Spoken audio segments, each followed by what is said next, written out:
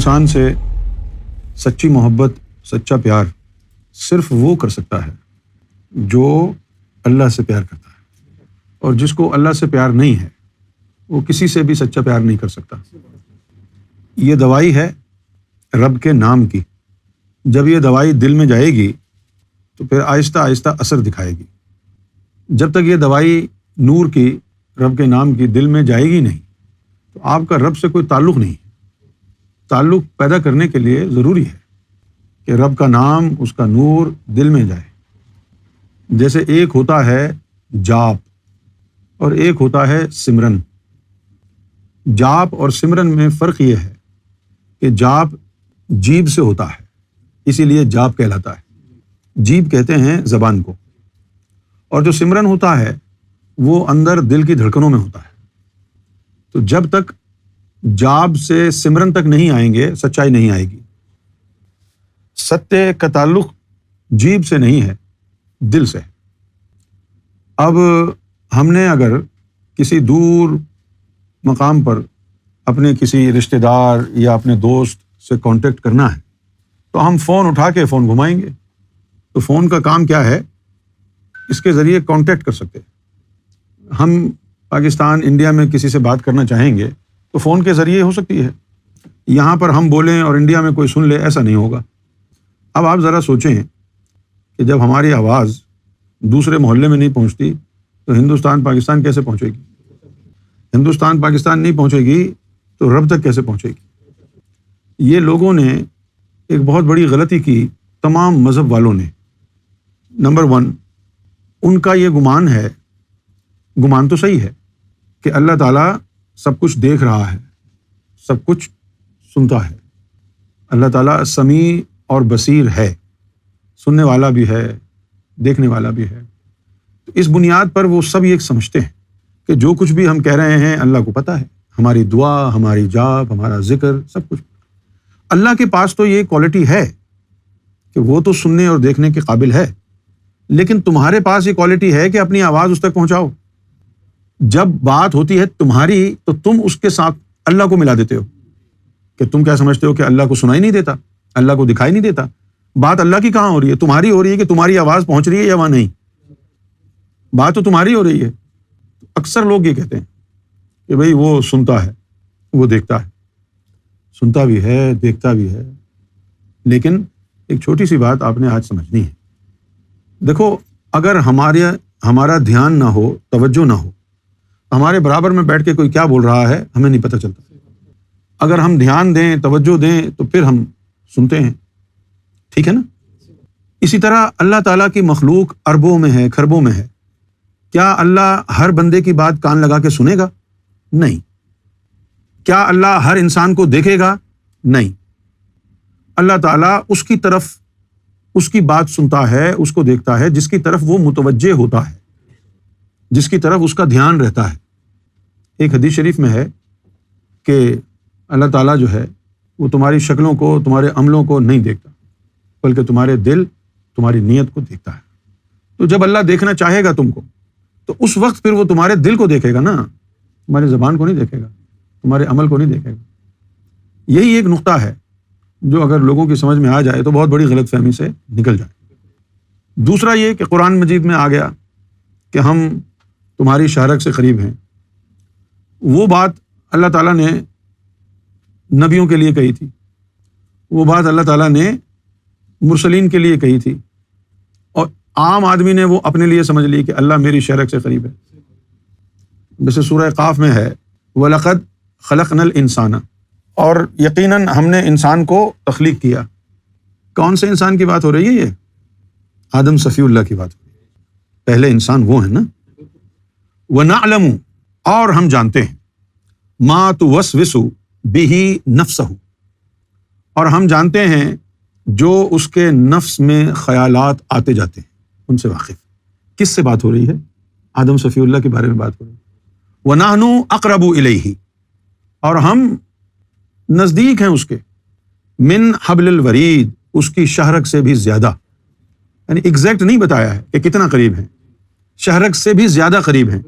شہرک دل کو لگتی ہے، اشارہ دل کی طرف ہے۔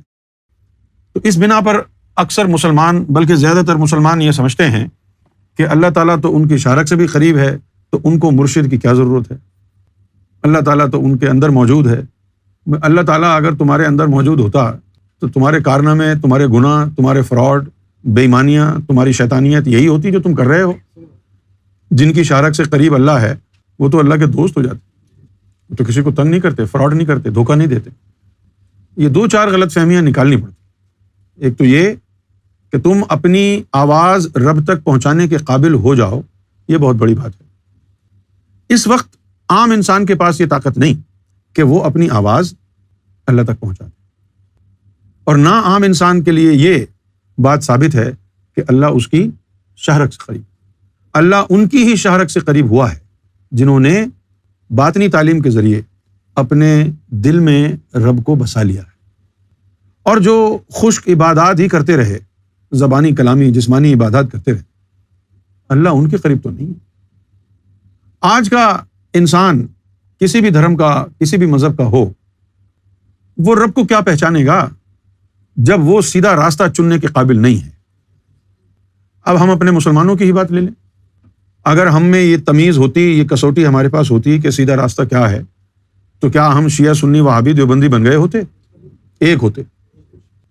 کسی نے قرآن کو کیا سمجھا، کسی نے کچھ اور سمجھا، کسی نے کچھ اور سمجھا، اور اب ایک دوسرے سے دست و گریباں ہیں، لڑائی جھگڑا کرتے۔ تو معلوم یہ ہوا کہ بطور مسلمان ہمارے پاس وہ کسوٹی نہیں ہے جو ہمیں یہ بتا دے کہ صراط مستقیم کیا ہے، اور نہ اللہ نے قرآن میں بتایا کہ فی نفسہ ہی صراط مستقیم ہے کیا۔ صرف اتنا کہا ہے اہدنا الصراط المستقیم، دکھا دے ہمیں سیدھا راستہ، صراط الذین انعمت علیہم، ان لوگوں کو راستہ جن کو تو نے اپنی نعمت سے نوازا ہے۔ اب ہم نے ان لوگوں کو ڈھونڈنا ہے کیونکہ ان کا راستہ صراط مستقیم ہے۔ فی نفسہ ہی صراط مستقیم کیا ہے یہ نہیں بتایا کہ بھائی ان لوگوں کا راستہ دیکھ لو، اور پھر لوگ کہتے ہیں کہ کسی سے مدد نہ مانگو، اللہ کہہ رہا ہے ان کا راستہ دیکھو۔ یہ تو قرآن کی بات ہے نا۔ تو آج مسلمانوں کا قبلہ کس طرف ہے؟ شیطان کی طرف۔ نہ وہ قرآن مجید کو سمجھنے کے قابل رہے ہیں، نہ صراط مستقیم کیا ہے یہ سمجھنے کے قابل رہے ہیں۔ یہ میرے الفاظ تو نہیں ہیں، یہ تو قرآن مجید کے الفاظ ہیں۔ اہدنا الصراط المستقیم صراط الذین انعمت علیہم غیر المغضوب علیہم، اور ہمیں ان لوگوں کا راستہ نہیں دیکھنا، کن کا؟ جن کے اوپر تیرا غضب نازل ہوا ہے، ولا الضالین، اس لیے کہ جن پر تیرا غضب نازل ہوتا ہے وہ گمراہ ہو جاتے ہیں۔ سکھ ہو، ہندو ہو، مسلم ہو، عیسائی ہو، رب تو سب کا ہے۔ سارا کا سارا رولا جو ہے وہ نام کا ہے۔ ہندو رام کہتے ہیں، مسلم جو ہے اللہ کہتے ہیں، سکھ واحے گرو کہتے ہیں، کیا فرق پڑتا ہے اس؟ اب جیسے یہ پانی ہے، اس کو عربی میں ماں کہتے ہیں، فارسی میں اس کو آب کہتے ہیں، انگریزی میں اس کو واٹر کہتے ہیں، اور سنسکرت میں، ہندی میں اس کو جل کہتے ہیں، اردو میں ہم اسے پانی کہتے ہیں۔ کوئی فرق پڑا ہے مختلف ناموں سے؟ انگریز آ کر کے کہے آئی نیڈ واٹر، پاکستانی ہندوستانی آ کے کہے مجھے پانی چاہیے، فارسی والا آ کے کہے مجھے آب چاہیے، اور ان کو پتہ نہ ہو کہ مختلف ناموں سے جس چیز کی ان کو ضرورت ہے وہ ایک ہی چیز کا نام ہے۔ یہ مطمئن کب ہوں گے؟ جب میں پانی دکھاؤں گا تو فارسی والے آ کے کہیں گے ہاں یہ آب ہے، عربی کہے گا نہیں یہ ماں ہے، اردو والا پانی کہے گا، ہندی والا جل کہے گا، انگریز واٹر کہے گا، پھر سب سمجھ جائیں گے اچھا اس کے مختلف نام ہیں۔ اسی طرح تم کو بھی ناموں میں نہیں پڑھنا، رب کو حاصل کر لو۔ جب رب تمہارے دل میں آ جائے گا پھر تم کہو گے او ہو یہی تو ہے رام، یہی گاڈ ہے، یہی واحد گرو ہے، یہی اللہ ہے، یہی رام اور رحیم ہے وہ ایک ہی، مختلف نام ہے۔ بہتر تو یہ ہے کہ ساری دنیا اس کو اس کے ذاتی نام سے پکارے۔ اس کے بہت سے نام ہیں، قرآن مجید میں تو 99 نام اس کے آئے، اور آپ کو معلوم ہے نا کہ ہر نام کا اثر مختلف ہوتا ہے۔ جس طرح ہمارے مسلمانوں میں مولوی مشورہ دیتے ہیں لوگوں کو کہ رزق کی تنگی ہے تو یا رزاق کا ذکر کرو، یا رزاق یا رزاق یا رزاق، تنگی دور ہو جائے گی۔ اسی طرح ہندوؤں کے اندر یہ ہے کہ جس کو فائنینشیل پرابلمز آ جائیں تو اس کو کہتے ہیں کہ بھئی یہ جو ہے لکشمی کی پوجا کرے۔ بات تو ایک ہی ہو گئی یا نہیں؟ اس بات تو ایک ہی ہو گئی۔ اب یہ سمجھے ہیں کہ بھئی لکشمی کوئی اور خدا ہے، لکشمی کوئی اور خدا نہیں ہے، وہ کوئی روپ ہے، رب ایک ہی ہے، مختلف اس کے روپ ہیں۔ ہم جن کو اللہ کی صفات کہتے ہیں ہندو ان کو روپ کہتے ہیں، بات تو ایک ہی ہے، لڑائی جھگڑے کی کیا ضرورت ہے؟ ہندو مسلمان کا گلا کاٹے، مسلمان ہندو کا گلا کاٹے، ایک ہی تو چیز ہے، ایک ہی خدا کے ماننے والے ہو، کسی بھی نام سے اس کو پکارو، کسی بھی نام سے اس کو بلاؤ، فرق نہیں پڑتا۔